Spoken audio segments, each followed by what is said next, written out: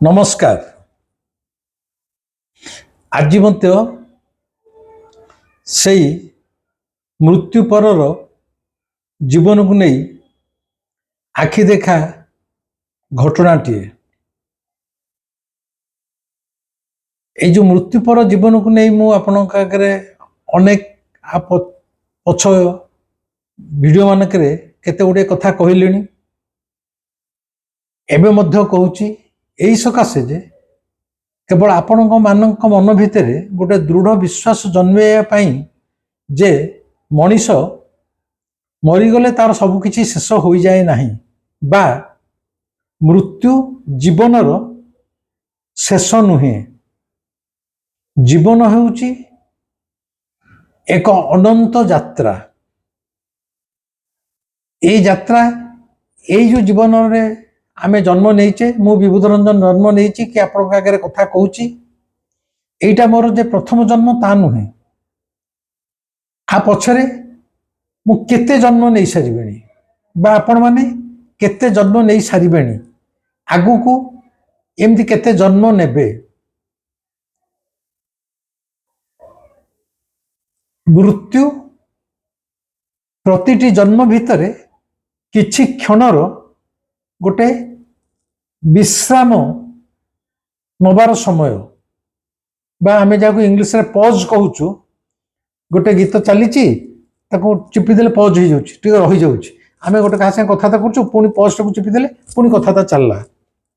तेणु मृत्यु होचु जीवन यात्रा पथरे गोटे पॉज बा किछि क्षणर विश्राम ता नले ये जो यात्रा जीवन कहली जहाँ सी गोटे अंतहीन यात्रा पथरे आमे सबु यात्री माने प्रति मुहूर्त रे धावमान। आगुरु केते केते जन्म नहीं सारिलुनी आगु को मध्य केते जन्म नेबु। बुद्धंक भाषा रे आमे अनेक घर बदली सारिलुनी सबु समय रे आमे गोटे गोटे नुआ घर भितर रहीकि रहूचु। ए जो प्रति केते केते घर बदली सारिलुनी से घरटा को कहउचंती ए शरीर बा परोक्षरे कहउचंती आमे केते केते जन्म नहीं सारिलुनी।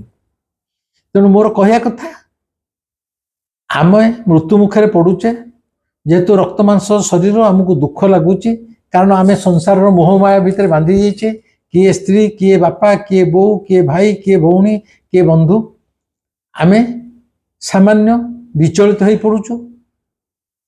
आमर ये जो विचलित भाव बा गोटे मृत्यु है पर जो हठात भांगी पड़ू दुख लगे ता जो लोकटी मरीची ता पई नुह आम भितर भय जे मु भी दिने मरीजी कारण कहार मरिया को इच्छा न थाए।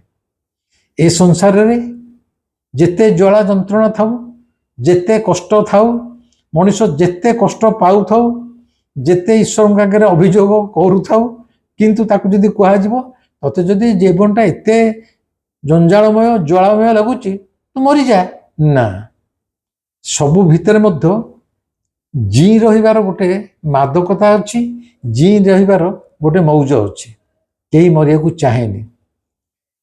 मोर आज कहया कथा जे आमे मृत्यु को आदौ केबे भय करबानी जेतले मृत्यु आसीबो आसीबो मृत्यु आसला माने आमे किछि क्षण पई विश्राम नबा तापर पुणी पुनर्जन्म हो पुणी ये यात्रा लंबी रहिबो। तेणु आज से भली गोटे मृत्यु परर घटना मरीगला परे समस्तंकर आत्मा बा मरीगला परे तो कहा जाए प्रेतात्मा समस्ते जे सचराचर स्थूल जगत को आसी संपर्क रक्षा करती ता नुहे किछि किछि सेथुरु आसिकी प्रेतात्मा माने ए स्थूल शरीर सहित आकृष्ट होती स्थूल जगत प्रति आकृष्ट होती एवं संपर्क मध्य रखती। ता भितरे गुड सोल अच्छी बैड सोल अच्छी गुड सोल माने भल आत्मा अच्छा मंद आत्मा अच्छा भल आत्मा आमको साहाय्य करती मंद आत्मा आमर क्षति करती। आज से भली एक घटना ए घटना घटीला 70 दशक जेतले नुआ नुआ करी कॉलेज रे पशुची ए पुरी सहर घटना। ए घटनार जे नायक तांको ना हेले रघुनाथ धल सामंत जी परवर्ती समय रे पुरी जज हिसाब से अवस्थापित होते एवं ପୁରୀର ସିଭିଲ ଜୁଡ଼ିସିଆରୀ କ୍ଷେତ୍ରରେ ଜଜ୍ ହେଇକି ମଧ୍ୟ ରିଟାୟାରମେଣ୍ଟ କରିଥିଲେ। ଇଏ ତାଙ୍କରି ଜୀବନରେ ଘଟିଥିବା ଘଟଣା, ପୁରୀ ସହରର ଘଟଣା। ଏବଂ ମୁଁ ସେତେବେଳକୁ ନୂଆ ନୂଆ କଲେଜ ଯାଉଛି ଏବଂ ଏ ସମ୍ପର୍କରେ ପ୍ରାଞ୍ଜଳ ଭାବରେ ସେଇ ଯେଉଁ ପ୍ରଫୁଲ୍ଲ ଧଳ ସାମନ୍ତ ବୋଲି ଯେଉଁ ପୁରୀରେ ଜଜ୍ ହିସାବରେ ଅବସ୍ଥାପିତ ହୋଇଥିଲେ ତାଙ୍କରି ବନ୍ଧୁମାନଙ୍କ ମୁହଁରୁ ମୁଁ ଏ କଥାଟା ସିଧାସଳଖ ଶୁଣିଛି, କିନ୍ତୁ ସେତେବେଳେ ମୁଁ କଲେଜରେ ପଢ଼ୁଥିଲି। ପ୍ରଫୁଲ୍ଲ ଧଳ ସାମନ୍ତ ଆମ ପୁରୀ ନିମାପଡ଼ାରେ ତହସିଲଦାର ଭାବରେ ଜଏନ୍ କରିଥିଲେ ଚାକିରିରେ। ପରବର୍ତ୍ତୀ ସମୟରେ ସେ ଜୁଡ଼ିସିଆରୀରେ ଜଏନ୍ କରିଛନ୍ତି, ପୁରୀର ଜିଲ୍ଲା ଜଜ୍ ହିସାବରେ ମଧ୍ୟ ନିଯୁକ୍ତି ପାଇଛନ୍ତି। କିନ୍ତୁ ତାଙ୍କର ପ୍ରାରମ୍ଭିକ ଜୀବନ ନିମାପଡ଼ାର ତହସିଲଦାର। ସେଇ ପ୍ରଫୁଲ୍ଲ ଧଳ ସାମନ୍ତ ତହସିଲଦାର ନିମାପଡ଼ା ତାଙ୍କର ଅଫିସ କାମ ସାରି ଦିନେ ରାତି 8:30 9ଟା ବେଳକୁ ତାଙ୍କ ଅଫିସ ଜିପ୍ରେ ତାଙ୍କ କ୍ୱାର୍ଟରକୁ ଫେରୁଛନ୍ତି। ଏତିକିବେଳେ ବାଟରେ ଜିପ୍ କି ଗୋଟେ ସୁନ୍ଦରୀ ତରୁଣୀ ବା ଯୁବତୀଟେ ହାତ ଅଟକେଇଲା, ଟିକେ ରୁହନ୍ତୁ ବୋଲି। ଡ୍ରାଇଭର ରଖିଲା, କହିଲା ଆଜ୍ଞା ଆପଣ ତ ସେ ଆଗକୁ ଯାଉଛନ୍ତି, ମୁଁ ଟିକେ ଆଗରେ ଓହ୍ଲେଇବି, ମୋତେ ଟିକେ ନେଇଯାଇପାରିବେ କି? ଧଳ ସାମନ୍ତ ଦେଖିଲେ ଯୁବତୀଟେ ଜିପ୍ରେ ଯାଉଛନ୍ତି, ଜିପ୍ରେ ପଛ ସିଟ୍ ଫାଙ୍କା ଅଛି, ଗୋଟେ ସାହାଯ୍ୟ ମାଗୁଛି। କହିଲା ହଁ ମା ପଛରେ ବସ। ସେଇ ଯେଉଁ ସୁନ୍ଦରୀ ଯୁବତୀଟେ ସେ ଜିପ୍ର ପଛପଟେ ଯାଇକି ପଛ ସିଟ୍ରେ ବସିଲା। ଜିପ୍ ଚାଲିଲା। କିଛି ସମୟ ପରେ ଧଳ ସାମନ୍ତଙ୍କ କ୍ୱାର୍ଟର ପାଖରେ ଜିପ୍ ରହିଲା। ଜିପ୍ ଡ୍ରାଇଭର ପାଖରେ ଜିପ୍ର ତା ଆଗରେ ମାଲିକଟେ ବି ବସେ। ଆମର ଧଳବାବୁ ଯେତେବେଳେ ଜିପ୍ରୁ ଓହ୍ଲାନ୍ତି ସେ କହିଲେ ଡ୍ରାଇଭରକୁ, ଆରେ ମୁଁ ତ କ୍ୱାର୍ଟର ଓହ୍ଲେଇ ଯାଉଛି, ତୁ ସେ ଝିଅଟିର ଘର ଯେଉଁଠି ହେଇଥିବ ଟିକେ ନେଇ ତାକୁ ସେଇଠି ଛାଡ଼ିଦେ, ଆଉ ଏ ରାସ୍ତା ଅଧରେ କାହିଁ ଛାଡ଼ିଦେବା, ଆମେ ଏତେ ବାଟ ଆସିଲା, ତାକୁ ତା ଘରଟି ଛାଡ଼ି ଦେଇକି ତୁ ଯିବୁ। ନା ଆଜ୍ଞା। ଧଳ ସାମନ୍ତକୁ ଓହ୍ଲେଇ ପଡ଼ିଲେ। ଓହ୍ଲେଇ ପଡ଼ିକି ଧଳ ସାମନ୍ତ ଚାହିଁଲେ ସେ ଝିଅଟି କହିବେ ଆଲୋ ମା ତୁ ଓହ୍ଲାନି, ତତେ ନେଇ ଡ୍ରାଇଭର ଛାଡ଼ିଦେବ। ଯେ ଚାହାନ୍ତି ଦେଖିଲାକୁ ପଛ ସିଟ୍ରେ ସେ ଝିଅଟି ନାହିଁ। ଡ୍ରାଇଭରଟି ପଛକୁ ଚାହିଁଲା, ନାହିଁ। ଆଶ୍ଚର୍ଯ୍ୟ ହେଇଗଲେ, ଜିପ୍ଟା ତ ବାଟରେ କେଉଁଠି ରଖାଯାଇନି, କି ସେ ଝିଅ ବି କେଉଁଠି କହିନି ଯେ ଏଇଠି ଗାଡ଼ି ରଖନ୍ତୁ ମୁଁ ଟିକେ ଓହ୍ଲେଇଯିବି। ତାହେଲେ ଝିଅ ଗଲା କୁଆଡ଼େ? କିଛି ସମୟ ପାଇଁ ଡ୍ରାଇଭର ଏବଂ ଉଭୟ ପ୍ରଫୁଲ୍ଲ ଧଳ ସାମନ୍ତ ଟିକେ ଡରିଗଲେ। କହିଲେ ସେଟା କ'ଣ ଭୂତଟେ ଥିଲା କି? କାରଣ ଆମର ଏଇ ଯେଉଁ ଭୂତ ପ୍ରେତ ପ୍ରେତାତ୍ମା ଆତ୍ମା ଏ ବିଷୟରେ ଆମେ ପିଲାବେଳେ ବହୁତ ବୁଢ଼ୀମା ଠାରୁ ଆଈମା ଠାରୁ ଜେଜେଙ୍କ ଠାରୁ ତାକୁ କାହାଣୀ ହଉ କି ଘଟଣା ହଉ ଯାହା ବହୁତ ଶୁଣିଥାଉ। ଆମର ମୃତାତ୍ମାଙ୍କ ପ୍ରତି ଗୋଟେ ଅହୈତୁକ ଭୟ।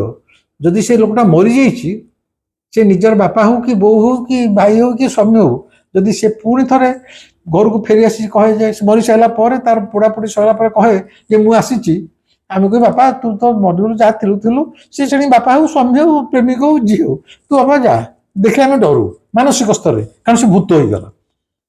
ଧଳ ସାମନ୍ତ କହିଲେ ତ ଗାଡ଼ି ତ ଜିପ୍ଟା କୋଉଠି ମଝିରେ ରହିନି, ସେ ଗଲା କୁଆଡ଼େ?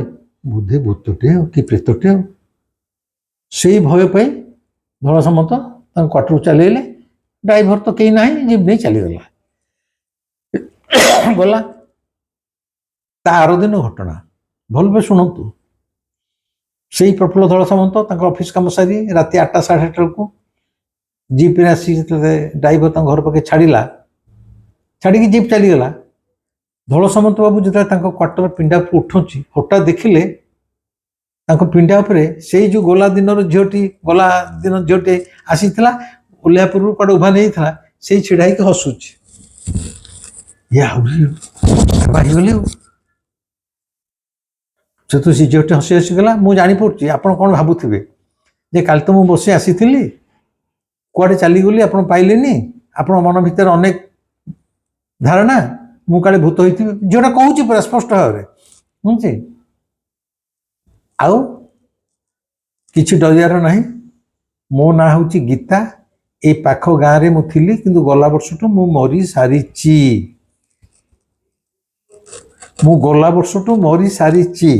ମୋ ନାଁ ଗୀତା। ସେଥିରୁ କହିଲେ ମା ଯଦି ତମେ ଗୀତା ମରିସାରିଛ, ତୁମେ କାହିଁ ଆସି ମୋତେ ଅଯଥା ଡରଉଛ, ଭୟ କରୁଛ? କାଲି ଆସି ଗାଡ଼ିରେ ବସିଲ, କୁଆଡ଼େ ଓହ୍ଲେଇ ପଳେଇଛ, ଆଜି ଆସି କ'ଣ ମନକୁ ଛିଡ଼ା ହେଇସାରିଲଣି ମୋ ପିଣ୍ଡାରେ? ନା ମୁଁ ଆଜି କାହିଁ ଆସି ଛିଡ଼ା ହେଇଛି? କାଲି କହିଦେଇ ପାରିଥାନ୍ତି, କାହିଁ କାଲି କହିଲିନି? ମୁଁ ଗୋଟାଏ ଦିନ ଛାଡ଼ିଦେଲି, ମୁଁ କିଏ ଆପଣ ସେ ବିଷୟରେ ଭାବନ୍ତୁ। ମୁଁ କିଏ ସେ ବିଷୟରେ ଭାବିବା ପାଇଁ ମୁଁ ଗୋଟାଏ ଦିନ ଛାଡ଼ି ଦେଇଥିଲି। ନା ମା ତୁ ଯଦି ମରିଯାଇଛୁ ଆଉ ଦୟାକରି ଆସନା, ମତେ ଡର ମାଡୁଛି, ତୁ ଆସନା। ନା ନା ମୁଁ ଆସିବି, ଖାଲି ଆସିବିନି, ମୁଁ ତମ ଦେହ ଭିତରେ ରହିବି। ନା ମା କାହିଁକି? ନା ମୁଁ ତମକୁ ଭଲ ପାଏ। ମୁଁ ଯେବେଠୁ ତମକୁ ଜିପ୍ରେ ଯିବା ଆସିବା ଦେଖୁଛି, ମୁଁ ଏ ରାସ୍ତା କଡ଼ର ଗଛରେ ଥାଏ, ତମେ ମତେ ବହୁତ ସୁନ୍ଦର ଲାଗ। କାରଣ ସେତେବେଳକୁ ଧଳସାମନ୍ତ ପ୍ରାୟ ଯୁବକ ଅବସ୍ଥା କହିଲେ ହବ 40 ବର୍ଷ ଭିତରେ କଥା କି ଯାହା, ମତେ ଭାରି ସୁନ୍ଦର ଲାଗ। ମୁଁ ତମ ପ୍ରେମରେ ପଡ଼ିଯାଇଛି, ମୁଁ ତମ ସହିତ ରହିବି। ନା ମୋ ସହିତ କେମିତି ଫେର ରହିବ? ମୁଁ ତ ବିବାହିତା, ମୁଁ ତ ବିବାହିତ, ମୋର ସ୍ତ୍ରୀ ଅଛି। ନା ନା ମୁଁ ତମ ଦେହ ଭିତରେ ରହିବି। ନା ମୋ ଦେହ ଭିତରେ ଫେର ତମେ କେମିତି ରହିବ? ନା ତମର ସେଥିପାଇଁ ଚିନ୍ତା କରିବା ଦରକାର। ମୁଁ ତମ ଦେହ ଭିତରେ ରହିବି କହିକି ଗୀତା ପ୍ରକୃତରେ ତାର ଯୋଉ ଆତ୍ମା ଧଳସାମନ୍ତଙ୍କ ଦେହ ଭିତରେ ପ୍ରବେଶ କରିଗଲା। ପିଣ୍ଡାରେ ଛିଡ଼ା ହେଇକି ସ୍ୱାମୀ କେତେବେଳୁ ଆସିଲେଣି, କାହା ସାଙ୍ଗେ କଣ ବଡ଼ ବଡ଼ ଗପ କହୁଛନ୍ତି ଭାବିକି ସ୍ତ୍ରୀ ଆସି ଯେତେବେଳେ କବାଟ ଖୋଲି ଦିଅନ୍ତି, କେବଳ ଧଳସାମନ୍ତ ଛିଡ଼ା ହେଇଛନ୍ତି, ଆଉ କେହି ନାହାନ୍ତି। ତାଙ୍କ ସ୍ତ୍ରୀ ମଧ୍ୟ ଆଶ୍ଚର୍ଯ୍ୟରେ କହିଲେ, ତମେ କାହା ସାଙ୍ଗରେ, କେହି ତ ଏଠି ନାହାନ୍ତି, ତମେ କାହା ସାଙ୍ଗରେ 10-15 ମିନିଟ୍ ଗପୁଛ କଣ? ଧଳସାମନ୍ତ ଜାଣିକି ତାଙ୍କ ସ୍ତ୍ରୀକି ଏ ବିଷୟରେ କିଛି କହିଲେନି। କହିଲେ ତାଙ୍କ ସ୍ତ୍ରୀ ମଧ୍ୟ ଭୀଷଣ ଭୟ ପାଇବେ, ସେ ଏକଥା କାହାକୁ କହିଲେନି। ଆଉ ବିଶ୍ୱାସ କରନ୍ତୁ, ସେଇ ମୁହୂର୍ତ୍ତରୁ ପ୍ରଫୁଲ୍ଲ ଧଳସାମନ୍ତଙ୍କ ଦେହ ଭିତରେ ଏଇ ଗୀତା ନାମ୍ନୀ ପ୍ରେତାତ୍ମାଟି ବସା କଲା। ଆପଣ କହିପାରନ୍ତି ଏଇଟା କେମିତି? ଏଇଟା ଗପ, ଗୁଲି ଗପ? ନା, ଆମେମାନେ ପ୍ରତ୍ୟେକ ଶୁଣିଛୁ, କେହି କେହି ଜାଣିଛୁ।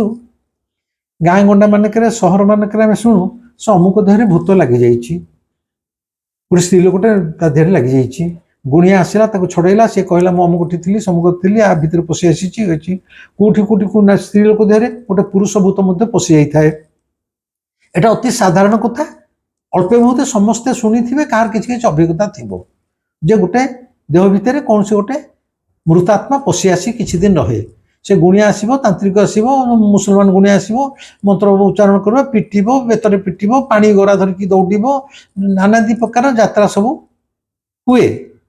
এটা ସମସ୍ତେ ଜାଣିଥିବେ। ହେଲା ପରେ ସେ ଭୂତଟା ଚାଲିଯିବ।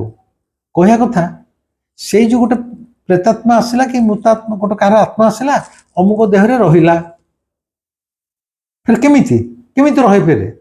ଆଉ ଯେତିକି ଦିନ ସେ ଆତ୍ମାଟା ସେ ଜୀବିତ ଲୋକ ଭିତରେ ଆସି ରହେ, ମରିଯାଇଥିବା ଆତ୍ମାଟା, ସେତେବେଳେ ସେ ତାରି ଭଳିଆ ବ୍ୟବହାର କରେ। ଧରାଯାଉ ଗୋଟେ ସ୍ତ୍ରୀ ଲୋକ ଭିତରେ ଗୋଟେ ପୁରୁଷ ଆତ୍ମା ଆସି ରହିଯାଇଛି, ସେ ଯେତେବେଳେ କଥା କହିବ, ସେ ପୁରୁଷର ସ୍ୱର ଗଁ ଗଁ ହିଁ କହିବ, ମୋ ନାଁ ପ୍ରମୋଦ, ମୁଁ ଏ ଗଛରେ ଥିଲି, ଏ ସ୍ତ୍ରୀ ଲୋକ ସେଠି ପରିସ୍ରା କରୁଥିଲା, ମୁଁ ତା ଭିତରେ ପଶି ଆସିଛି, ମୁଁ ଯିବିନି, ମୁଁ ଆକୁ ନେଲେ ଯିବି। ଏମିତି ଘଟଣା ବହୁତ। ମୁଁ ପଛ ଏପିସୋଡ ମାନଙ୍କରେ ଗୋଟେ ହୀରା ଆପା ଉପରେ କରିଥିଲି, ମୋ ନିଜର ପିଇସି ଝିଅ ଭଉଣୀ ହୀରା ଆପା, ତା ଦେହରେ କେମିତି ପୁରୁଷ ଆତ୍ମା ପଶିଥିଲା, କିଛି ବହୁତ ଦିନ ପରେ କେମିତି ଗୁଣି ଆସି ତାକୁ ବାଡ଼େଇକି ବାହାର କଲା, ସେ କଥା କହିଛି। ବା ମୋ ବୋଉ ବାପାଙ୍କ କଥା କହିଛି, ଇତ୍ୟାଦି ସବୁ କେତେ କଥା କହିଛି ସେମିତି। ତେଣୁ ମୁଁ କହିବା କଥା, ଏଇ ଯୋଉ ଗୋଟେ ପ୍ରେତାତ୍ମା ଆସିକି ଗୋଟେ ଶରୀରକୁ କିଛି ଦିନ ଆବରିକି, କିଏ 10 ଦିନ, କିଏ 15 ଦିନ, କିଏ 4 ଦିନ ରହିଯାଆନ୍ତି, ଏବଂ ସେଇ ସମୟରେ ସେଇ ଲୋକଟି, ସେଇ ଯୋଉ ପ୍ରେତାତ୍ମାଟି ପଶିଥାଏ, ତାରି ଭଳି ବ୍ୟବହାର କରେ, ତାରି କଥା କୁହେ, ତାରି ଭଳିଆ ସ୍ୱର କରେ, ସବୁ କରେ। ଏଇଟା ପୁଣି କେମିତି ସମ୍ଭବ ହୁଏ? କାରଣ ପ୍ରେତାତ୍ମା ମାନେ ଚାହିଁଲେ ଗୋଟେ ଆଇଁଷିଆଣିଆ ଦେହ ଭିତରେ ବା ଦୁର୍ବଳ ଶରୀର ଭିତରେ ପଶି ଯାଇ ପାରନ୍ତି ଏବଂ ରହିଯାଇ ପାରନ୍ତି। ଧର ଏଇଟା ମୋର ଘର, ଏ ଘରେ ମୁଁ ଅଛି, ଏନେ ଯେମିତି ଜବରଦସ୍ତି ଗୋଟେ ଗୁଣ୍ଡାଟେ ପଶି ଆସିବ, ଆସି ମୋ ଘରେ ଜବରଦସ୍ତି ରହିବ, ମତେ ବନ୍ଧୁକ ଦେଖ, ମୁଁ ଏଠି ରହିବି 10 ଦିନ, ମୁଁ କିଛି କରିପାରିବି କି? ଏ ଗୋଟିଏ ଘର ଭିତରେ ମୁଁ ଅଛି ବିବୁଧ ରଞ୍ଜନ, ଏ ଘର ଭିତରେ ଆଉ ଗୋଟେ ଗୁଣ୍ଡା ବି ଆସିକି ରହିଯାଇପାରିବ 15 ଦିନ। ସେଠିକି ପୋଲିସ ଆସିବ କି ଆଉ କିଏ ଗୋଟେ ଗୁଣ୍ଡା ଆସିକି ତାକୁ ବାଡିକି ବାହାର କରିବ, ସେ ଯାଇପାରିବ। ନହେଲେ ମୋ ସହିତ ସେ ବି ଏ ଗୋଟିଏ ଘରେ ମୁଁ ରହିପାରିବି, ଆଉ ଗୋଟେ ଲୋକ ଜବରଦସ୍ତି ପଶି ଆସିବି ରହିପାରିବ। ଯେମିତି ଅବିକଳ ସେମିତି ପ୍ରେତାତ୍ମା ମାନେ ଚାହିଁଲେ ଅନ୍ୟ ଏକ ଶରୀର ଭିତରେ ମଧ୍ୟ କିଛି ଦିନ ରହିଯାଇ ପାରନ୍ତି। ଅବିକଳ ସେମିତି ଏ ଗୀତା ନାମ୍ନୀ ସୁନ୍ଦରୀ ତରୁଣୀ ପ୍ରେତାତ୍ମାଟି ସୁନ୍ଦର ଯୁବକ ପ୍ରଫୁଲ୍ଲ ଧଳସାମନ୍ତ ତହସିଲଦାର ନିମାପଡ଼ାଙ୍କ ଦେହ ଭିତରେ ଆସି ସବୁଦିନ ପାଇଁ ରହିଗଲା। ତାର କହିବା କଥା, ମୁଁ ତୁମ ପ୍ରେମରେ ପଡି ଯାଇଛି, ମତେ ତମେ ଭାରି ଭାରି ଭଲ ଲାଗୁଛ। ରହିଲା, ଏଇ ଯୋଉ ରହିଗଲା ଦେଖାଗଲା, ଏ ରହିବା ଦ୍ୱାରା ପ୍ରଫୁଲ୍ଲ ଧଳ ସାମନ୍ତଙ୍କର ଅନେକ ଐଶ୍ୱରିକ କୁହାଯିବ କି ଅଲୌକିକ କୁହାଯିବ, ତାଙ୍କ ଭିତରେ ଅନେକ ଶକ୍ତି ମଧ୍ୟ ଆସ୍ତେ ଆସ୍ତେ ପୁଞ୍ଜୀଭୂତ ହେଲା। ମାନେ ସେ ସବୁଗୁଡା କହୁଛି ଗୀତାର, ଗୀତା ଯେହେତୁ ପ୍ରେତାତ୍ମା, ସେ ଯାହା ଚାହିଁବ ତାହା କରିପାରିବ। କିନ୍ତୁ ବାହାରକୁ ଲୋକ ଦେଖିଲେ କଣ, ଏଟା ଧଳ ସାମନ୍ତ କରୁଛି ବୋଲି। ଯଥା ଧଳ ସାମନ୍ତ ଦିନେ ମାନେ ଗୀତା ଯେବେଠାରୁ ତାଙ୍କ ଶରୀରରେ ରହିଗଲେ, ସେ ପ୍ରେତାତ୍ମାଟି ରହିଗଲା ସେ ତରୁଣୀର, ଧଳ ସାମନ୍ତକୁ ଖାଲି ଆଖିରେ ଯୋଉଠି ଯୋଉଠି ସବୁ ପ୍ରେତାତ୍ମା ମାନେ ଅଛନ୍ତି ସେଗୁଡା ଖାଲି ଆଖିରେ ଦୁଶିଲା। ଏ ଗଛରେ ଗୋଟେ ପ୍ରେତାତ୍ମାଟେ ଅଛି, ଏଠି ଏ ବୁଦାମୂଳେ ଆଉ ଗୋଟେ କିଏ ଛିଡା ହେଇଛି, ଏ ବରଗଛ ଉପରେ ରାତିରେ କିଏ ଗୋଟେ ବସିକି ଗୋଡ ହଲଉଛି, ଆକୁ ଖାଲି ଆଖିରେ ସବୁ ଦୁଶିଲା। ଏବଂ ଆ ପଛରେ କରିସ୍ମାଟା ଥାଏ ଏଇ ଗୀତା। ଏ ଗୀତାର ଯୋଉ ପ୍ରେତାତ୍ମା ରହିଲା, ତାର ଶକ୍ତି ବଳରେ ଧଳ ସାମନ୍ତ ଏ ସ୍ଥୂଳ ଶରୀରରେ ମଧ୍ୟ ଅନ୍ୟାନ୍ୟ ଅଶରୀରୀ ମାନଙ୍କୁ ଦେଖିପାଇଲେ। ଗୋଟାଏ ଦିନ 10ଟା ବେଳେ ଧଳ ସାମନ୍ତ ଗୋଟେ ଟୁରେ ଆଉ ଗୋଟେ ଗାଁକୁ ଜିପ୍ରେ ଯାଉଛନ୍ତି। ହଠାତ୍ ତାଙ୍କର ଦୃଷ୍ଟି ପଇଲା ରାସ୍ତା କଡ଼ରେ ଗୋଟେ ସାହାଡ଼ା ଗଛ ଅଛି। ସେ ସାହାଡ଼ା ଗଛ ଉପରେ ଗୋଟେ ପ୍ରେତଟେ ବସିଛି, ଇଏ ଦେଖିପାରୁଛନ୍ତି। ଏବଂ ରାସ୍ତାର ଏପଟେ ସାହାଡ଼ା ଗଛ, ସେ ପ୍ରେତ ଅଛି। ରାସ୍ତାର ଏପଟେ ଜଣେ ଭଦ୍ରଲୋକଙ୍କ ଘର ଅଛି। ଧଳ ସାମନ୍ତ ଯିବା ବେଳେ କହିଲେ ଟିକେ ଗାଡ଼ି ରଖ। ଗାଡ଼ି ରହିଲା, ସେ ଘରେ ଠକ୍ ଠକ୍ କଲେ। ଜଣେ ବୟସ୍କ ଲୋକ ବାହାରିଲେ, କହିଲେ ଆଜ୍ଞା ଏଇଟା ଆପଣଙ୍କ ଘର? ନା ହଁ। ନା ମୁଁ ଖାଲି ଜାଣିବାକୁ ଚାହୁଁଛି ଆପଣଙ୍କ ଘରେ ଯେତେ ଛୁଆ ପିଲା ହଉଥିବେ କେହି ବଞ୍ଚୁନଥିବେ, ମରିଯାଉଥିବେ। ଧଳ ସାମନ୍ତ ସିଧା କହୁଛନ୍ତି, ମାନେ ଗୀତା ତାଙ୍କ ମୁହଁ ଦ୍ୱାରା କୁହାଉଛି। ସେ କହିଲେ ହଁ ଆଜ୍ଞା, ମୋର ଯେତେ ଛୁଆ ହଉଛନ୍ତି କିଏ ଜନ୍ମ ହଉ ମରିଯାଉଛି, କିଏ ମାସେ 2 ମାସ କି 6 ମାସ ବର୍ଷରେ ମରିଯାଉଛନ୍ତି। ନା ଦେଖ ଏଇ ଯୋଉ ରାସ୍ତା ସାମ୍ନାରେ ଯୋଉ ସାହାଡ଼ା ଗଛ ଅଛି, ତା ଉପରେ ଗୋଟେ ଦୁଷ୍ଟ ପ୍ରେତାତ୍ମା ଅଛି। ସେ ସବୁବେଳେ ଆପଣଙ୍କ ଘର ଆଡ଼ିକି ମୁହଁ କରି ଚାହିଁକି ରହିଛି। ତେଣୁ ସେ ସବୁ ଛୁଆଙ୍କୁ ସେଇ ମାରି ଦଉଛି, ଖାଇ ଦଉଛି। ଆପଣ ଗୋଟେ କାମ କରନ୍ତୁ, ଘରର ମୁହଁ ଏପଟେ ରଖନ୍ତୁନି, ଘରର ମୁହଁ ଏପଟେ ରଖନ୍ତୁନି, ତାକୁ ଇଟାରେ ପୁରା ବନ୍ଦ କରିଦିଅନ୍ତୁ। ମୁହଁଟା ଅନ୍ୟ ଆଡ଼େ ବାହାର କରନ୍ତୁ, କାରଣ ଏଇ ସାହାଡ଼ା ଗଛରେ ସବୁବେଳେ ଏଇ ଭୂତଟା ଅଛି। ସେ ଭଦ୍ରଲୋକ ସେ ଘର ମୁହଁ ବନ୍ଦ କରିଦେଲେ ଏବଂ କହିବା କଥା, ତା ପରବର୍ତ୍ତୀ ସମୟରେ ଦେଖାଗଲା ପ୍ରକୃତରେ ସେ ଭଦ୍ରଲୋକଙ୍କର ଛୁଆ ହେଲେ ଏବଂ ଛୁଆମାନେ ବୋଧେ ବଞ୍ଚିଲେ। ମାନେ ଧଳ ସାମନ୍ତଙ୍କ ଶରୀର ଭିତରେ ଏଇ ଯୋଉ ତରୁଣୀ ପ୍ରେତାତ୍ମାଟି ଘର କରି ବସା କରି ରହିଗଲା, ତା ଦ୍ୱାରା ଧଳ ସାମନ୍ତଙ୍କର ଗୋଟେ ଐଶ୍ୱରିକ ଶକ୍ତି ଉତ୍ପନ୍ନ ହେଲା, ଯୋଉଥିରେ ସେ ଖୋଲା ଚକ୍ଷୁରେ ମଧ୍ୟ ସବୁ ମୃତ ଶରୀର ମାନଙ୍କୁ ଦେଖିପାରୁଥିଲେ। ଠିକ୍ ସେମିତି ସେ ତ ପୁରୀର ଲୋକ। ପୁରୀ ଦତ୍ତପୀଠରେ ଆମର ଜଣେ ଓକିଲ ଥିଲେ ଗୋବିନ୍ଦ ମିଶ୍ର ବୋଲି। ତାଙ୍କର ଗୋଟେ ନିଜ ଘର ଆମ ପୁରୀ ଦତ୍ତଟାରେ ପୋଖରୀ ଥିଲା। ଆଗେ ସବୁ ତ ଘର ମାନଙ୍କରେ ବି କେତେ କିଛି ଲୋକଙ୍କର ବଡ଼ ବଡ଼ ବାରି ଥିଲା, ପୋଖରୀ ଥାଏ। ତାଙ୍କର ଗୋଟେ ଅଳ୍ପ ବୟସର ଝିଅଟେ ସେ ପୋଖରୀରେ ବୁଡ଼ି ମରିଯାଇଥିଲା। ଗୋଟାଏ ଦିନ ସକାଳେ ତାଙ୍କର 8-9 ବର୍ଷର ପୁଅ ସ୍କୁଲରୁ ଫେରିଛି, ଗାଧୋଇବାକୁ ଯିବ। ଗୋବିନ୍ଦ ମିଶ୍ର ଯିଏ ଓକିଲ, ସେ ତେଲ ଲଗାଲଗି କରିସାରିଲେଣି। କହିଲେ ତୁ ଯା ପୋଖରୀ ପାଖକୁ ଯାଉଥା, ମୁଁ ଯାଉଛି, ଲୁଗା ବଦଳିକି ଯାଉଛି। କିଛି ସମୟ ପରେ ଦେଖିଲା ବେଳକୁ ପୁଅ ନାହିଁ, ପୋଖରୀ ପାଖକୁ ପଳେଇଛି। ପୋଖରୀ ପାଖରେ ଯେତେବେଳେ ଗୋବିନ୍ଦ ମିଶ୍ର ପହଞ୍ଚନ୍ତି, ଦେଖିଲେ ସେ ପୋଖରୀ ଭିତରେ ସେ ପୁଅଟା ମନକୁ ମନ ମାନେ କେମିତି ଗୋଟେ କିଏ ଯେମିତି ଟାଣି ନେଉଛି, ସେ ପୋଖରୀ ମଝି ଯାଏଁ ଚାଲିଗଲାଣି, ତାର ବେକ ଅଧା ହେଇଗଲାଣି। ଇଏ ଚିତ୍କାର କରି ଦୌଡ଼ିଲେ, ତାକୁ ଭିଡ଼ିକି ନେଇ ଆସିଲେ। କହିଲେ ଆରେ ତୁ ତ ପହଁରା ଜାଣିନୁ, କିଛି ଜାଣିନୁ, ତୁ ଅପେକ୍ଷା କରିଛୁ କୂଳ, ତୁ କ'ଣ ପୋଖରୀକୁ ପଶିଗଲୁ? ନା ନାଇଁ ମୁଁ ପୋଖରୀକୁ ପଶିନି ବାପା, ସେ ଗଛ ଉପରେ ଗୋଟେ ଲୋକଟେ, ସ୍ତ୍ରୀ ଲୋକଟେ ମତେ ହାତ ଥରେ ଡାକିଲା, ମୁଁ କିଛି ଜାଣିପାରିଲିନି, ମୁଁ ତ ତାରି ଆଡ଼ିକି ଚାଲିଛି ଆଉ। ଗୋବିନ୍ଦ ତାକୁ ନେଇ ଆସିଲେ। ସେଠି ଆଉ ସେଦିନ ଗାଧେଇଲେନି। ସେତେବେଳକୁ ଆମର ଏଇ ଯୋଉ ପ୍ରଫୁଲ୍ଲ ଧଳ ସାମନ୍ତ ସେତେବେଳକୁ ପୁରୀରେ ପୁରୀ ଜଜ୍ ହେଇକି ସିଭିଲ ଜଜ୍ ହେଇକି ଜଏନ୍ କରିସାରିଥିଲେ। ତହସିଲଦାର ପରେ ସେ ଯାଇକି ପ୍ରଫୁଲ୍ଲ ଧଳ ସାମନ୍ତଙ୍କର ଏଇଭଳି ଐଶ୍ୱରିକ ଶକ୍ତି ଅଛି। ସେ ଖାଲି ଆଖିରେ ଭୂତ ପ୍ରେତ ମାନଙ୍କୁ ଦେଖିପାରୁଛନ୍ତି, ଅଶରୀରୀ ମାନଙ୍କୁ ଦେଖିପାରୁଛନ୍ତି। ସେ କଥାଟା ପୁରୀ ସହରରେ ପ୍ରାୟ ଡିବି ସମସ୍ତେ ଜାଣି ସାରିଲେଣି ସେତେବେଳକୁ, ମାନେ ଇନକ୍ଲୁଡିଂ ମାଇ ସେଲ୍ଫ, ମାନେ ମତେ ମିଶେଇ। ଏମିତି ଜଣେ ଅଛନ୍ତି ପ୍ରଣଧ ସାମନ୍ତ ଆଉ ସିଏ ସବୁ ଭୂତ ପ୍ରେତଙ୍କୁ ଦେଖିଦେଇ ପାରୁଛନ୍ତି, ତାଙ୍କୁ ମଧ୍ୟ ଧରି ପାରୁଛନ୍ତି, ତାଙ୍କୁ କବଳିତ କରିପାରୁଛନ୍ତି, ଏମିତି ଗୋଟେ ଧାରଣା ସବୁଆଡ଼େ ଖେଳିଗଲାଣି। ଏବଂ ଏ ସବୁଗୁଡ଼ା everything was possible only because of that lady, that unseen force, ଏ ଯେଉଁ ପ୍ରେତାତ୍ମା ଗୀତା ନାମ୍ନୀ ଝିଅଟି ଯିଏ ଧଳ ସାମନ୍ତଙ୍କ ଦେହ ଭିତରେ ରହି ଏ ଖେଳ କରୁଛି। ଗୋବିନ୍ଦ ମିଶ୍ର ଓକିଲ ଯାଇକି ଧଳ ସାମନ୍ତଙ୍କୁ କହିଲେ, ଧଳ ସାମନ୍ତ କହିଲେ ଠିକ୍ ଅଛି, କାଲି ରବିବାର ଅଛି, ମୁଁ ଯାଇକି ଦେଖିବି। ଧଳ ସାମନ୍ତ ଆସିକି ଯେତେବେଳେ ତାର ଦିନ ଗୋବିନ୍ଦ ମିଶ୍ରଙ୍କ ଘରେ ପହଞ୍ଚନ୍ତି, ସେ ପୋଖରୀ ପାଖେ ଦେଖନ୍ତି, ସେ ଦେଖିଲେ ପୋଖରୀ ସାମ୍ନାରେ ଯେଉଁ ଗଛଟା ଅଛି ସେ ଗଛ ଉପରେ ପ୍ରକୃତିରେ ଗୋଟେ ପ୍ରେତାତ୍ମା ରହୁଛି, ଯିଏ ଏଇ ଛୁଆଟାକୁ ଡାକୁଥିଲା। ଏବଂ ଯେଉଁ ପ୍ରେତାତ୍ମା ପାଇଁ ଗୋବିନ୍ଦ ମିଶ୍ରଙ୍କର ଆ ପୂର୍ବର ବଡ଼ ଝିଅଟି ମଧ୍ୟ ସେଇ ପୋଖରୀରେ ବୁଡ଼ି ପ୍ରାଣତ୍ୟାଗ କରିଥିଲା। ଏ ସତ୍ୟ ସେତିକିବେଳେ ଉନ୍ମୋଚିତ ହେଲା। ଧଳ ସାମନ୍ତ କହିଲେ କିଛି ଚିନ୍ତା କରିବା ନାହିଁ, ଗୋଟେ ମାଟି ହାଣ୍ଡି, ଦୁବ, ସୋରିଷ, ତାଙ୍କର ଯାହା ଯାହା ଦରକାର ସେ ସବୁ କହିଲେ ସଂଗ୍ରହ କରିବାକୁ। ସେଟା ସବୁ ସଂଗ୍ରହ ହେଲା। ଧଳ ସାମନ୍ତ ନିଜେ ସେଇ ପ୍ରେତାତ୍ମାଟାକୁ ଆୟତ୍ତ କରି ସେ ହାଣ୍ଡି ଭିତରେ ମୁହଁ ବନ୍ଦ କରି ଆମରି ପୁରୀ ସମୁଦ୍ର କୂଳରେ ନେଇକି ସେ ହାଣ୍ଡିଟିକି ପ୍ରେତାତ୍ମା ସହିତ, ସେ ଗଛରେ ଯେଉଁ ପ୍ରେତାତ୍ମା ତାକୁ ଭସେଇ ଦେଇଥିଲେ। ଏ ଆଇମା କାହାଣୀ ମୁଁ ଆପଣଙ୍କୁ କହୁନି, ପୁରୀ ସହରରେ 70 ଦଶକରେ ଘଟି ଯାଇଥିବା ଏକ ସତ୍ୟ ଘଟଣା ମୁଁ କହୁଛି। ମୁଁ ଯେତେବେଳେ ଯାହା କହୁଛି, ଯାହା ମୋ ଜୀବନ ଆଗରେ ଘଟି ଯାଇଛି, କେତେ ଗୁଡ଼ିଏ ମୁଁ ନିଜେ ସିଧାସଳଖ ସମ୍ପୃକ୍ତ, କେତେ ଗୁଡ଼ିଏ ମୁଁ ଶୁଣିଛି, କେତେବେଳେ ମୋ ଜୀବଦଶା ଭିତରେ ଘଟଣା ଘଟୁଛି, ଅନ୍ୟମାନଙ୍କ ଦ୍ୱାରା ଶୁଣିଛି, ଉପଲବ୍ଧିକି ଆଣିଛି। ସେଠିକି ସମୁଦ୍ରରେ ସେ ହାଣ୍ଡିଟି ଭସେଇ ଦେଇଥିଲେ। ସେଇ ଦିନଠୁ ସେ ଗଛରେ ସେ ପ୍ରେତାତ୍ମାଟି ଆଉ ନଥିଲା। ଏ ସବୁ ଗୁଡ଼ିକ ସମ୍ଭବ ହେଉଥିଲା ସେ ଗୀତା ନାମ୍ନୀ ପ୍ରେତାତ୍ମା, ତରୁଣୀ ପ୍ରେତାତ୍ମା ପାଇଁ। ସେ ତରୁଣୀ ପ୍ରେତାତ୍ମା ମଧ୍ୟ ନିବୁଜ ରାତିରେ, ଗଭୀର ରାତ୍ରରେ ଏକା ଧଳ ସାମନ୍ତଙ୍କ ସହିତ କଥାବାର୍ତ୍ତା କରେ। ତେବେ ବି ନିଜ ଶରୀର ଭିତରେ ଆଉ ଗୋଟେ ପ୍ରେତାତ୍ମା ରହିଲେ, ମୋ ଶରୀରରେ ତ ପ୍ରେତାତ୍ମା ରହିନି ତେଣୁ ମୁଁ କହିପାରିବିନି, କିନ୍ତୁ ଗୋଟେ ରୁମ୍ ଭିତରେ, ତମର ଗୋଟେ ବେଡରୁମ୍ ଭିତରେ ତମେ ଶୋଇଥିବ, ବାହାର ଲୋକଟେ ଆସି ଶୋଇବ, ତମେ କ'ଣ ଫ୍ରି ହେଇପାରିବ?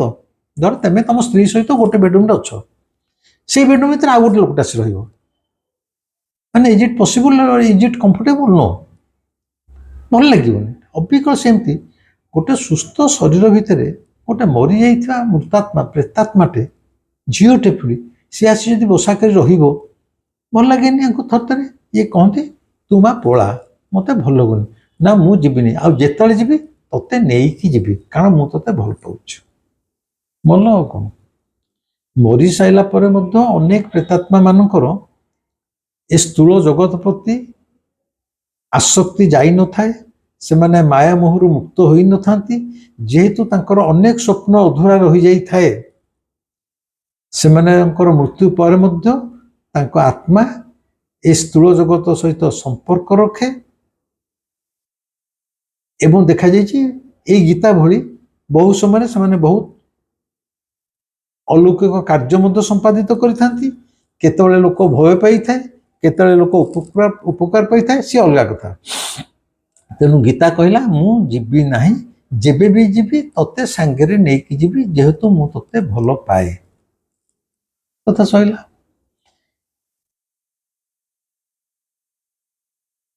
ପ୍ରଫୁଲ୍ଲ ଧଳ ସାମନ୍ତ ପୁରୀ ସିଭିଲ ଜଜ୍, ପୁରୀ ଜିଲ୍ଲା ଜଜ୍ ହେଇ ଜଏନ୍ କରିନାହାନ୍ତି। ସେଇ ତହସିଲ ସମୟରେ ମୁଁ ଗୋଟେ କଥା କହୁଛି, ଗୋଟେ ଏକ ନିର୍ଦ୍ଦିଷ୍ଟ ଘଟଣାକୁ ନେଇକି ତାଙ୍କ ସରକାର, ଓଡ଼ିଶା ସରକାର ଗୋଟେ ଇନକ୍ୱାରି ବସେଇଲା, କିଛି ଦୁର୍ନୀତି ପାଇଁ ହଉ କି ଯାହା ହଉ, ନିଶ୍ଚିତ ସେୟା ତ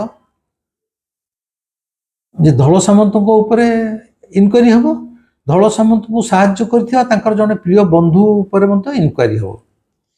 ବହୁ ସମ୍ଭାବନା ଧଳ ସାମନ୍ତଙ୍କର ଚାକିରି ଚାଲି ଯାଇପାରେ, ବା ସେ ପନିଶମେଣ୍ଟ ପାଇପାରନ୍ତି, ବା ସସ୍ପେଣ୍ଡ ହେଇପାରନ୍ତି।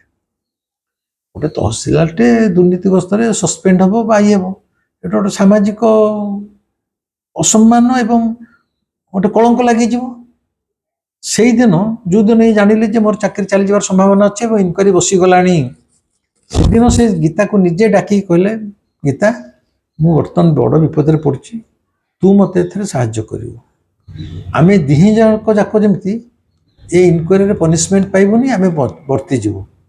ଗୀତା ତାଙ୍କୁ କହିଥିଲା एगोटा परवर्ती समय धड़ सामंतर कथा अन्य बंधु आगे जो बंधुकटा मुझे शुणी गीता तुमको कही तुम सांग कौन हम न हम मुझे कथा कह मुझे तुमको भल पाए मु तुमको प्रतिश्रुति दूची तुमर किसी हेनी से मुझे देखी गीता कौन कला क्या देह पशिला कि कौन से आम जानू किंतु देखागला इनक्वारी पर धड़ सामंत एकदम निर्दोष मुक्त हेले चाकरी गला ना चाकरी रहा सब रहा किंतु तांकर जो बंधु से दंड पाइथिला दंडित होता तार चाकरी चली जाइथिला ये है प्रेतात्मा तरुणी गीतार करिश्मा एटा सी तहसील थिला समय तार परवर्ती समय ये आसिकी जिला जज होगी पुरी जॉइन करते एवं तांकर पुरी रे सेतबेले जे तांको शरीर भितर गोटे प्रेतात्मा अच्छी सी सब किछि करूची धड़ सामंत जना अत्यंत माने खाली आखिरे अशरीर मानक देखि पारे तांकर शक्ति अच्छी भूत प्रेत को देखि पारुचंती तांको मध्य बांधिकी माठिया हो ये हो बांधिकी निज आयतर आनी पकईकी तांको मुक्त कर से प्रेतात्मा मान सबुदिन अन्य मान पाख मुक्त कर ए शक्ति अच्छी से समस्ते डिबी डिबी पुरी सहर से गोटे चर्चार विषय जिला जज हिसाब से दल सामंत रिटायर्ड करने को कई मास किसी अच्छी देखागला देह सारा सब फुटका भाला घा बाहरला जेमती अतीत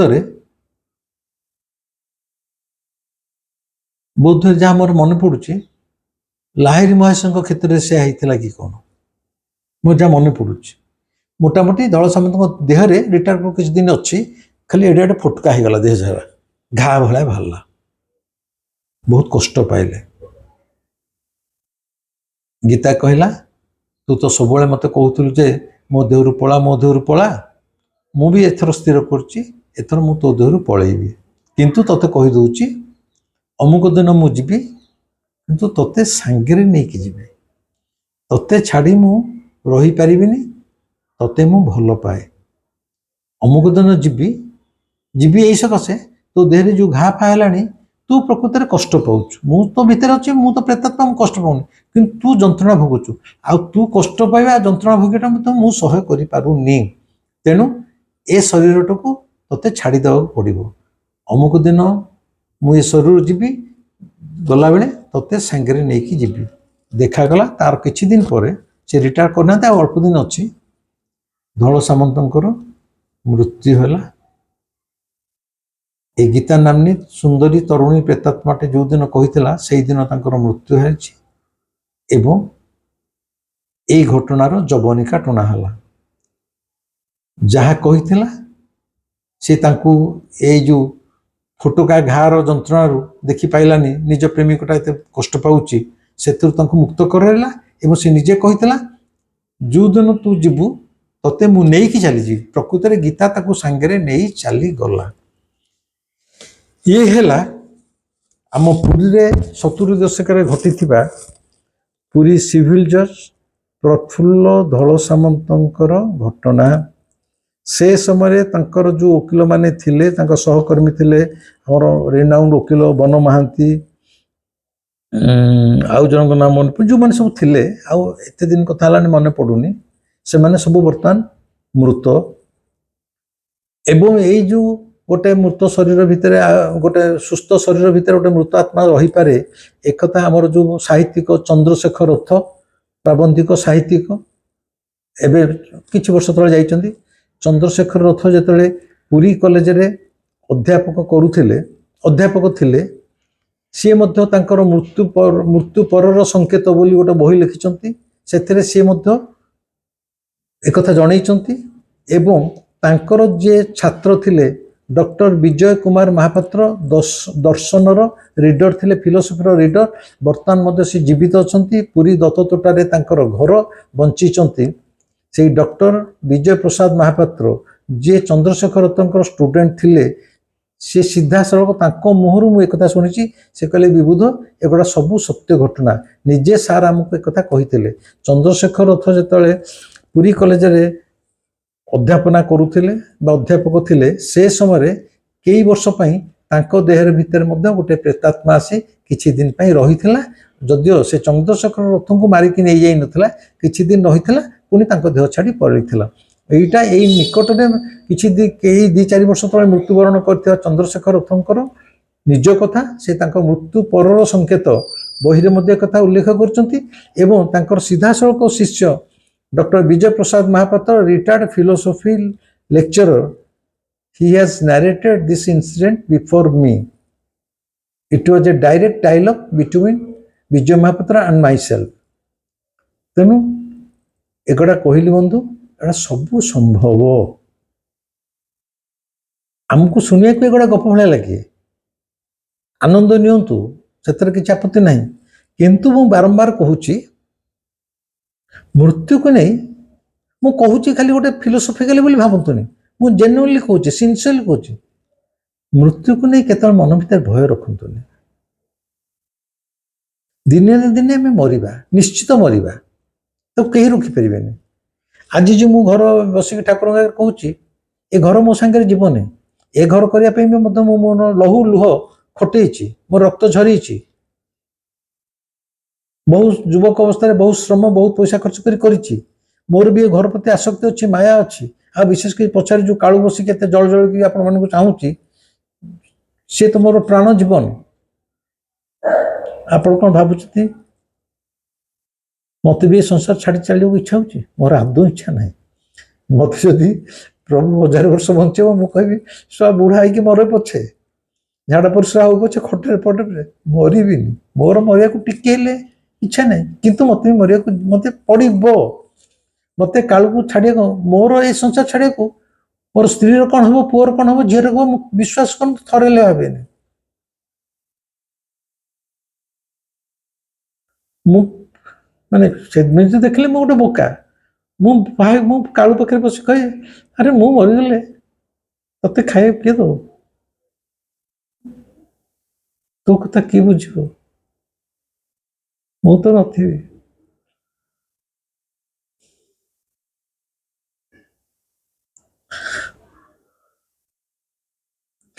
ମୋ ଜୀବନର ସମସ୍ତ ଦୁର୍ବଳତା ବର୍ତ୍ତମାନ ଏ ସଂସାରରେ। ମୋର ଏ ଘର ଦ୍ୱାର, ଟଙ୍କା ପଇସା, ପୁଅ ଝିଅ କେହି ନୁହନ୍ତି। ମିଛ କହୁନି, କେବଳ ଏଇ କାଳୁ। ସିଏ ମୋତେ ପାଗଳା କରିଦେଇଛି। ମୁଁ ପାଗଳାଟେ। ପାଗଳା ନ ହେଇଥିଲେ କ'ଣ ମୁଁ ଆପଣଙ୍କ ଆଗରେ କହୁଥାନ୍ତି, ମୁଁ କାଳୁ ପଚାରେ, ମୁଁ ଚାଲିଗଲେ ତୋତେ ଖାଇବାକୁ କିଏ ଦେବ? ସତେ ଯେମିତି ମୁଁ ଖାଇବାକୁ ଦେଲେ ତାର ପେଟ ପୁରୁଛି, ନହେଲେ ସେ ମୁଁ ଚାଲିଗଲେ ସେ ଭୋକରେ ମରିଯିବ, ମୁଁ ଯେମିତି ତାର ବାପା ମା। এটা ମୋର ପାଗଳାମି, ମୁଁ ନିଜେ କହୁଛି, I M A mad man. And for this madness, that Kalu is only responsible. ସେ ମୋତେ ପାଗଳ କରିସାରିଛି। ତେଣୁ ମୁଁ ଯେତେବେଳେ ମୃତ୍ୟୁ କଥା ଭାବେ, ମୁଁ କେବଳ ତାରି ପାଖରେ ବସିକି ଆଜି ସକାଳେ କହୁଥିଲି, ଆରେ ତୁ ଏତେ ସୁନ୍ଦର ଦିଶୁଛୁ। ସେ ଗୀତା ନାମ୍ନୀ ଯେଉଁ ପ୍ରେତାତ୍ମାଟା, ସିଏ ତ ମରିସାରିଲା ପରେ ମଧ୍ୟ ଆସିକି କହିଲା, ମୋତେ ତ ଭଲ ଲାଗୁଛି, ସେ ଧଳ ସମୁଦ୍ର ଦେହ ଭିତରେ ରହିଗଲା। ମରିସାରିଲା ପରେ ବି ତୁ ଆଣିକି ମୋତେ ଟିକେ ଏଇଠି ରଖିବୁ ତ, ମୋର ଆଉ ଜନ୍ମ ଦରକାର ନାହିଁ। ମୁଁ ଏଇ ଘରେ ଥିବି, ମୋତେ କେହି ଦେଖିପାରୁ ନ କରୁ, ମୁଁ ଶୂନ୍ୟରେ ଥାଇ ତତେ ଦେଖୁଥିବି, ମୋର ଆଉ କିଛି ଦରକାର ନାହିଁ।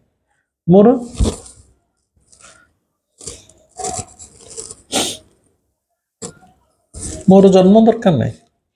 ମୋର ଏ କାଳୁ ହେଲା ଦୁର୍ବଳତା। କାଳୁକୁ ଛାଡ଼ି ମୁଁ ଚାଲିଯିବି, ଏଇଟା ଭାବିବାକୁ ମୁଁ ଭାବିପାରୁନି।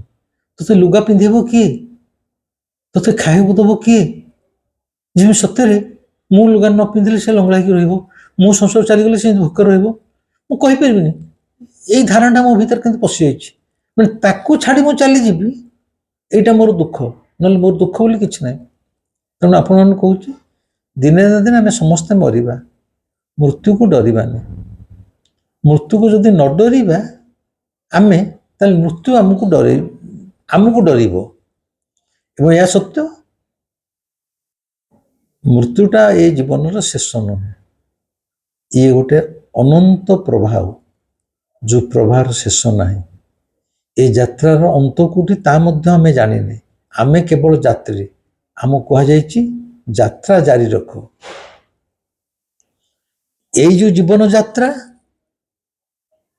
এই ଜୀବନ ଯାତ୍ରାରେ ଯଦି ସାଙ୍ଗରେ ଗୋଟେ ସାଥୀଟିଏ ଅଛି, ଯାତ୍ରାର କଷ୍ଟ ବହୁତ ଉପଶମ ହେଇଯାଏ। ମଣିଷ ବାହା ହୁଏ କାହିଁକି? ଗୋଟେ ସାଥୀ ପାଇଁ। ସାଙ୍ଗରେ ଯଦି ଗୋଟେ ସାଥୀ ଅଛି ତାହେଲେ ଏଇ ଜୀବନର ଦୁଃଖ କଷ୍ଟ ଜଳା ଯନ୍ତ୍ରଣା ଭିତରେ ତା ମୁହଁକୁ ଚାହିଁ ପରସ୍ପର ସହିତ କଥାବାର୍ତ୍ତା କରି କିଛିଟା ଜ୍ୱାଳା କମିଯିବ। ସାଥୀ ଚାହେଁ। ମୋର ଆପଣମାନଙ୍କୁ କହିବା କଥା, ଏଇ ଯୋଉ ଅନନ୍ତ ପଥର ଯାତ୍ରୀ ଆମେ, ଏଇ ଯୋଉ ଜୀବନ ଯାତ୍ରା, ଏ ସାଥୀ କୌଣସି ରକ୍ତ ମାଂସର ଶରୀର, ସ୍ତ୍ରୀ ନ ହଉ କି ପ୍ରେମିକା ନ ହଉ କି ପୁଅ ଝିଅ କେହି ନ ହୁଅନ୍ତୁ, ସେ ସାଥୀଟି, ସେଇ ପ୍ରେମିକାଟି ଆମର କାଳୁ ହେଇଯାଉ। ଏଇ ଜୀବନ ଯାତ୍ରାରେ ମୋର କାଳୁ ବା ଯାହାକୁ ଆପଣ ଜଗନ୍ନାଥ କହୁଛନ୍ତି, ସିଏ ଆପଣଙ୍କର ସାଥୀ ହେଇକି ସାଙ୍ଗେ ସାଙ୍ଗେ ଚାଲିଥାଉ। ସିଏ ଯଦି ସାଥିରେ ଚାଲିଛି ତାହେଲେ ଏ ଯାତ୍ରାର କଷ୍ଟ ଅନେକ ପରିମାଣରେ ଲାଘବ ହେଇଯିବ। ମୃତ୍ୟୁ ମଧ୍ୟ ଏତେ ଯନ୍ତ୍ରଣାଦାୟକ ହେବ ନାହିଁ, କାରଣ ସେ ସବୁବେଳେ କହୁଥିବ ତୋର ମୃତ୍ୟୁ ନାହିଁ, ତୁ ଅମର, ତୋର ସ୍ଥୂଳ ଶରୀରଟା ପୋଡ଼ା ହେଇଯିବ, ତୋରି ଭିତରେ ମୁଁ ଅଛି, ତୋରି ଭିତରେ ମୁଁ ଅଛି, ମତେ ପୋଡ଼ିବ କିଏ? କୃଷ୍ଣ ତ କହିଲେ ମତେ ନିଆଁରେ ପୋଡ଼ି ପାରିବନି, ପାଣିରେ ବୁଡ଼େଇ ପାରିବନି, ମୋର କେହି କିଛି କରିପାରିବେନି, କି ଅସ୍ତ୍ରରେ ମତେ ହଣା ବି ହତ୍ୟା କରାଯାଇ ପାରିବନି। ତୋ ଭିତରେ ମୁଁ ଅଛି, ମୁଁ ମରୁନି। ମୁଁ ମରୁନି ମାନେ ମୋ ଭିତରେ ଯୋଉ ତୁ ବି ମରୁନୁ, ତୋର ସ୍ଥୂଳ ଶରୀରଟା ପୋଡ଼ା ହେଇଯିବ। ବନ୍ଧୁ, ବେଶୀ ବୋଧେ ଫିଲୋସଫିକାଲ ହେଇଯାଉଛି। ମୁଁ କହୁ କହୁ ଅନେକ କଥା କହିଦଉଛି। ଭିତରେ ଅନେକ ଦୁଃଖ, ଅନେକ କ୍ଷୋଭ କାଳୁ ପାଇଁ, କହୁ କହୁ କୁଆଡ଼େ କୁଆଡ଼େ ଚାଲି ଯାଉଛି। ତେଣୁ ଏଇ ଯୋଉ ମୃତ୍ୟୁ ପରର ଜୀବନ, ଯୋଉଗୁଡ଼ାକ ମୋର ସିଧାସଳଖ ଅଭିଜ୍ଞତା ଅଛି ବା ଶୁଣିଛି, ଜାଣିଛି, ମଝିରେ ମଝିରେ ଆପଣମାନଙ୍କୁ କହିବେ। ଭାବୁଛି ମୃତ୍ୟୁ ଚେତନା ଆପଣଙ୍କ ଭିତରେ ଜାଗ୍ରତ ହଉ, ମୃତ୍ୟୁକୁ ନେଇ ଆଦୌ ଭୟ ନ ରହୁ। ଆଶା କରୁଛି କାଳୁ ଆପଣମାନଙ୍କର ଗୋଟେ ବନ୍ଧୁ ହେଇଯାଉ, ଗୋଟେ ପ୍ରେମିକ ହେଇଯାଉ ବା ପ୍ରେମିକା ହେଇଯାଉ। ଏ ଜୀବନ ବହୁତ ସୁନ୍ଦର, ଏ ଜୀବନ ବହୁତ ଉପଭୋଗ୍ୟ, ଏ ଜୀବନ ଗୋଟେ ଉତ୍ସବ। This life is nothing but a grand celebration. Let us celebrate it. ଏଥରକୁ କାଳୁକୁ ସାଙ୍ଗରେ ଧରି ଏ ଜୀବନଟାକୁ ଉପଭୋଗ କରାଯାଉ।